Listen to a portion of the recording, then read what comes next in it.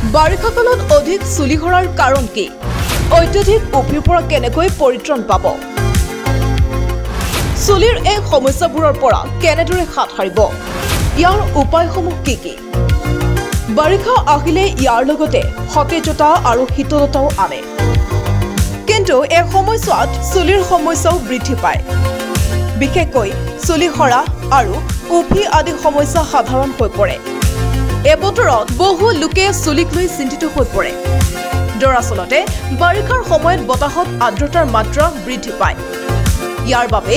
চুলিৰ গুৰিসমূহ দুৰ্বল হৈ পৰে যাৰ বাবে চুলি অত্যধিক সৰিবলৈ আৰম্ভ কৰে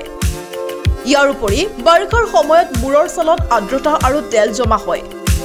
যাৰ ফলত ভেঁকুৰৰ সংক্ৰমণৰ সম্ভাৱনা বৃদ্ধি পায় এই ভেঁকুৰেই উফিৰ সৃষ্টি কৰে চুলিৰ এই সমস্যাসমূহৰ পৰা কেনেকৈ হাত সাৰিব পাৰি বাৰিষাৰ সময়ত নিয়মিতভাৱে চুলি ধোৱাটো অতি প্ৰয়োজনীয় ইয়াৰ ফলত মূৰৰ ছালত জমা হোৱা তেল আৰু মলিসমূহ আঁতৰি যায় যাৰ ফলত চুলিৰ গুৰিসমূহ মজবুত হৈ থাকে ইয়াৰ বাবে চুলি পৰিষ্কাৰ কৰা কিন্তু শুকাই নোযোৱা শ্যাম্পু বাছি লওক মৃদু শ্যাম্পুৱে চুলিৰ আৰ্দ্ৰতা বজাই ৰাখে আৰু উফিও কমায় চুলি ধুই ভালকৈ শুকুৱাই লওক তিতা চুলি বান্ধিলে চুলি দুৰ্বল হৈ চুলি ছিঙিব পাৰে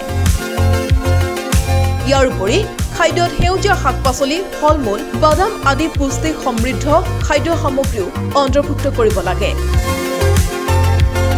নাৰিকল বা অলিভ অইলেৰে মালিচ কৰিব লাগে চুলিৰ গুৰিত ইয়াৰ ফলত তেজৰ সোঁত বৃদ্ধি পায় চুলিৰ সঠিক যত্ন ল'লে চুলি সৰা সমস্যাৰ পৰা আঁতৰি থকাই নহয় উফিৰ পৰাও পৰিত্ৰাণ পাব পাৰি নিউজ ডেস্ক প্ৰতিবিম্ব লাইভ